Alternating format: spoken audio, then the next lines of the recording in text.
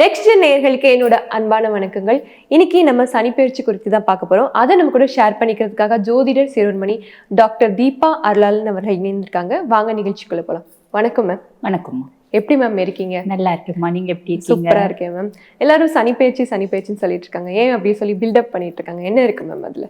இல்லம்மா, அது பில்டப் இல்லை. உண்மையாவே பாத்தீங்கன்னா சனி பகவானை பார்த்தா நம்ம எல்லாருக்கும் ஒரு பயம் இருக்கும். காரணம் என்ன அப்படின்னம்மா, அவர் நீதிமான், நீ என்ன தர்ம கர்மாதிபன் அப்படின்னு சொல்லுவாங்க.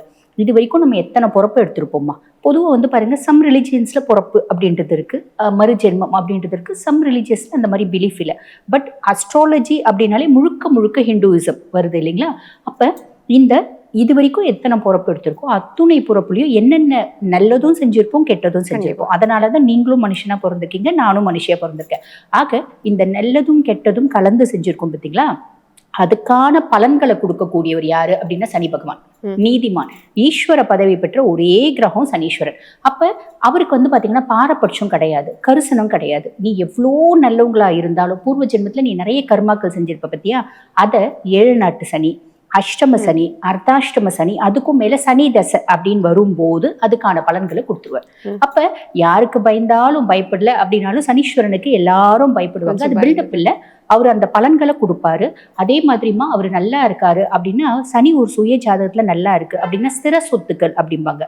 சிலர் பாத்தீங்கன்னா பரம்பரையா பெரிய கோட்டீஸ்வரங்களா இருப்பாங்க பாத்தீங்களா, அவங்களுக்குலாம் பாத்தீங்கன்னா சனி எக்ஸ்ட்ராடினரியா இருக்கும். அவர் நல்லதும் ரொம்ப இன்டென்சிஃபைடா கொடுப்பாரு, நம்ம செஞ்ச கெட்டதுக்கான பலனும் ரொம்ப இன்டென்சிஃபைடா கொடுப்பாரு. அதனால அவரை பத்தின பயம் வேற ஒன்றும் இல்லை. Okay ma'am. துலாம் ராசி நேயர்கள் பத்தி பேசப்படுறோம் மேம். எந்த லைஃப்ல பேலன்ஸ்டா இருப்பாங்கன்னா அவங்கள தான் சொல்லலாம். அவங்களுக்கு இந்த சனி பயிற்சி எந்த மாதிரி மாற்றங்கள் தரப்போகுதுமா? அவங்க பேலன்ஸ்டா இருப்பாங்க அப்படின்னு சொல்றதை விடமா, அவங்க லைஃப்ல எப்பயுமே கேப் இருக்கும் பாத்தீங்களா, அந்த கேப்பை ஃபுல்ஃபில் பண்ற ஒரு முயற்சியிலேயே இருந்துட்டே இருப்பாங்க அப்படின்னு சொல்லலாம். காரணம் என்ன அப்படின்னா, சுக்கிரன்தான் ராசி அதிபனா இருந்தாலும் சனி உச்சமடையக்கூடிய ராசிமா.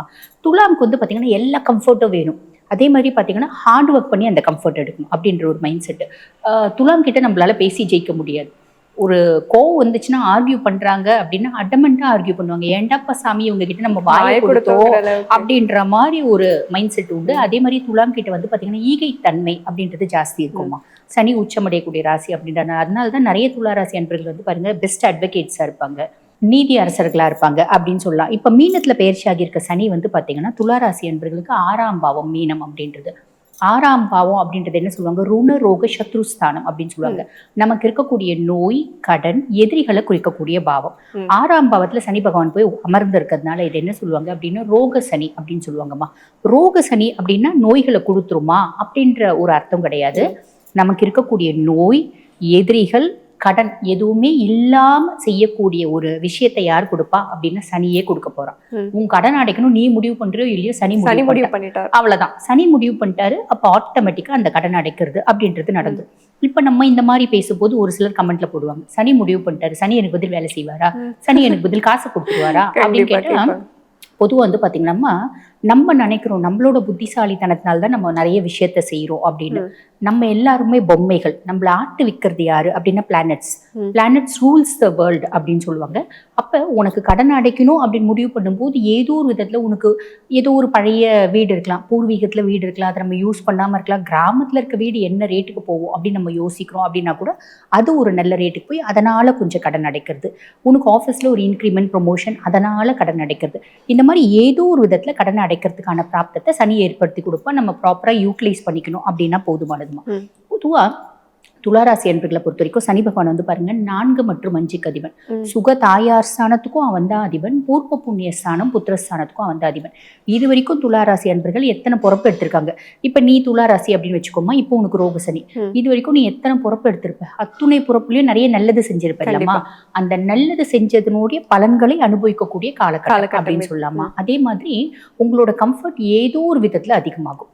புரியுதுங்களா? இப்ப ரொம்ப சிம்பிள், ஒரு பெரிய ஹாஸ்பிட்டல் இருக்கு அப்படின்னா அந்த ஹாஸ்பிட்டலோட டீனும் துலாமா இருப்பாரு, ஒரு கம்பவுண்டரும் துலாமா இருக்காருன்னு வச்சுக்கோங்களேன். அவரோட கம்ஃபர்ட் அவர் ஜாக்குவார் கார் வாங்குவார், இவரோட கம்ஃபர்ட் இவர் ஒரு பைக் வாங்குவார். இதுவே இவருக்கு பெரிய சந்தோஷம். அந்த மாதிரி நம்ம செய்யக்கூடிய தொழில் நம்மளோட படிப்புக்கு ஏற்ற மாதிரி ஏதோ ஒரு விதத்துல நம்மளுக்கு ஒரு சுகம், கம்ஃபர்ட் அப்படின்றது சனி பகவான் கொடுக்க போறாருமா. இது ஒரு பெரிய பிளஸ். அதுக்கும் மேல சனியினோட பார்வை இருக்கு பாத்தீங்களா, 3, 8, 12ஆம் பாவத்தை பாக்குறாரு. துலாம்க்கு ஆல்ரெடி தைரியம் தன்னம்பிக்கை ரொம்ப ஜாஸ்திமா. கண்டிப்பா. இப்போ ஒரு கல்லு தூக்கலாவே இருக்கும் அப்படின்னு சொல்லலாம். ஆல்ரெடி ஆக்கப்பூர்வமான சிந்தனைகளும் அவங்க வந்து பேசக்கூடிய தன்மையும் ஜாஸ்தி. இப்போ அதெல்லாம் இன்னும் கொஞ்சம் மேனிஃபெஸ்ட் பண்ணும். அன்னெசரி ஸ்பீச் கிடையாது. ரொம்ப ஒரு என்ன சொல்றது, ரொம்ப வந்து ஒரு காஷியஸான ஸ்பீச்சு. அந்த ஸ்பீச்லேயே வந்து பார்த்தீங்கன்னா அவங்களோட கேரக்டர் மேனிஃபெஸ்ட் ஆகும் அப்படின்னு சொல்லலாம். எப்படின்னா எந்த விஷயத்த அவங்க சாதிக்கணும்னாலும் பேசியே சாதிச்சுவாங்க. அந்த மாதிரி ஒரு தெளிவு வரும் அப்படின்னா. அதே மாதிரி மரபு வழி சொத்துக்கள் இருக்கு அப்படின்னா கைக்கு வந்து சேரும். இது வரைக்கும் துலா ராசி அன்பர்கள் வந்து ஒரு குரோனிக் கிட்னி டிசீஸ் இருக்கு அப்படின்னு வச்சுக்கோங்கம்மா, சிறுநீரக செயலிழப்பு அப்படிம்பாங்க. அந்த மாதிரி பிரச்சனைகளுக்கு அவங்களுக்கு வந்து பார்த்தீங்கன்னா டேமேஜை பொறுத்து தான் வந்து பார்த்தீங்கன்னா அவங்கள டயாலிசிஸ் பண்ணணும் அப்படின்ற மாதிரி ஒரு ஸ்டேஜில் இருந்தால் கூட இப்போ டாக்டர் சொல்வார் டயாலிசிஸ் பண்ணணுன்ற நெசசிட்டி கிடையாது. காரணம் என்னன்னா மருந்துக்கு உங்க பாடி வந்து ரெஸ்பாண்ட் ஆகுது, வெயிட் பண்ணலாம். இந்த மாதிரி ஒரு நல்ல விஷயத்த வந்து பாத்தீங்கன்னா சனி கொடுப்பாரு அப்படின்னு சொல்லலாம். 12ஆம் பாவம் விரைய ஸ்தானத்தை சனி பார்க்கிறார். அந்த 12ஆம் பாவம் அப்படின்றது அயன சயன போஜன மோட்ச விரைய ஸ்தானம் அப்படிம்பாங்க. நல்லா சாப்பிடுவாங்க, நிம்மதியா தூங்குவாங்க, எங்கெங்கெல்லாம் போகணும்னு ஆசைப்பட்டாங்களோ போவாங்க. ஸ்திர சொத்துக்கள் அப்படின்றத வாங்குவாங்க. ஆப்வியஸ்லி துலாம் நிறைய பேர் வீடு வாங்குறது, கார் வாங்குறது, ஏதோ அவங்கவுங்க வசதிக்கு ஏற்ற மாதிரி ஒரு அசர்ட் அப்படின்னு வாங்குவாங்கம்மா. இது வந்து ஸ்திர சொத்துக்களை வாங்கக்கூடிய காலகட்டமும் இந்த காலகட்டம் அப்படின்னு சொல்லலாமா. ஓகே மேம், நீங்க சொல்லும் போது ஒரு வார்த்தை சொன்னீங்க, பூர்வ ஜென்ம பலன்கள் வந்து இந்த துலாம் ராசினியர்கள் வந்து அனுபவிக்க போறாங்க. பலன்கள் மட்டும் இல்லாம பாவங்கள் எல்லாமே செஞ்சிருப்பாங்க பூர்வ ஜென்மங்கள். அதை நிவர்த்தி பண்ணணும்னா இப்ப என்ன மேம் பண்ணணும்? இல்லம்மா, ஆக்சுவலி இப்ப சனிக்கு அவங்க பசிஃபை பண்ணக்கூடிய சிச்சுவேஷன்லயே இல்லை. இந்த சனி பயிற்சி ஃபர்ஸ்ட் சூப்பர் டூப்பரா இருக்கிறது யாருக்கு அப்படின்னா ரிஷபத்துக்கு, 2வது துலாம்க்கு தான். இருந்தாலும் சில அவங்களோட ஏஜை பொறுத்து some sort of health issues அப்படிலாம் இருக்கு அப்படின்னா கூட பொதுவாக துலாம் சனி உச்சமடையக்கூடிய ராசி அப்படின்னு நான் முன்னமே சொன்னேன். அப்போ இவங்க சிவ வழிபாடு, மகாலட்சுமி வழிபாடு. இப்போ பொதுவாக நம்ம நிறைய பேர் சிவனை கும்பிடுனா யாரும் சிவனை கும்பிட மாட்டேங்கிறாங்கம்மா. சிவனடியார்களை தவிர சிவனை பற்றி யாருக்கும் தெரியாது அப்படின்னு சொல்லலாம். எல்லாருடைய மனசுலையும் ஸ்ட்ராங்காக ஃபிக்ஸேஷன் என்ன அப்படின்னா சிவன் வந்து நம்மளை சோதிப்பார் அப்படிம்பாங்க.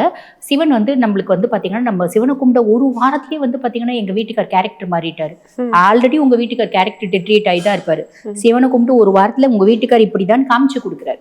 அது புரியாது. அப்ப இவங்க வந்து பாருங்க சிவ வழிபாடு உன்னதமான வழிபாடு. இல்லைங்க எங்களுக்கு முடியல, நாங்க சிவனை கும்பிட மாட்டோம் அப்படின்றவங்க மகாலட்சுமி தாயார வழிபாடு பண்ணலாம். கவனம் தேவைன்னா என்ன விஷயம் மேம் சொல்லுங்க? ஆரோக்கியத்துல கொஞ்சம் கவனம் அப்படின்றது வச்சு. ஓகே மேம், நன்றி மேம். நன்றி.